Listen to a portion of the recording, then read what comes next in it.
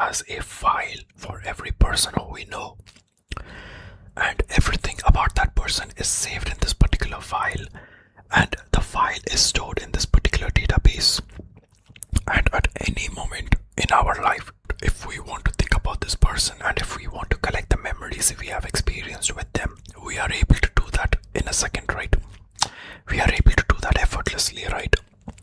So that proves that the person's memory is not something that is gone forever, and it's not something we recollect from a lost database, but it is just always on the back of our head and we can quickly recollect it effortlessly. Another thing we need to know is that sometimes it's not the person that you are thinking about or you are dreaming about.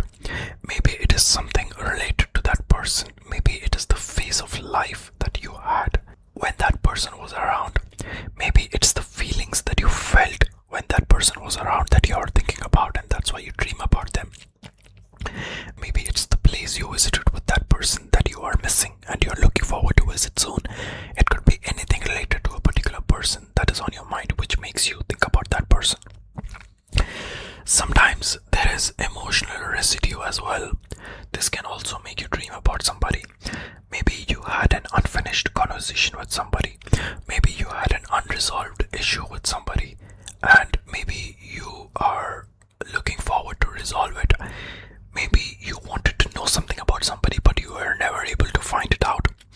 These can all be reasons why you dream about them, because your mind in the background is obviously a huge computer which is processing things, which is saving things, and which is trying to remind you of new things, right? So emotional residue could be a reason why you dream about somebody, but also it could be just simple reasons. Maybe you just visited a particular ice cream shop the day before that you had gone with this person. Maybe you smelled a particular perfume that this person used to use. And these kind of small things. Maybe you thought about a particular country where this person is from. These kind of small things can also make you see this person in your dream. So I don't think we should overthink. I mean, there are some people who take it to the extremes of overthinking when it comes to seeing people in their dream. They think that, oh, this person is thinking about me, that's why I dreamt about them. They think that, oh, this person is actually trying to tell me something, or the universe is trying to tell me something, which is why I see this person in my dream, which is obviously not true, guys. Those kind of things have never been scientifically proven.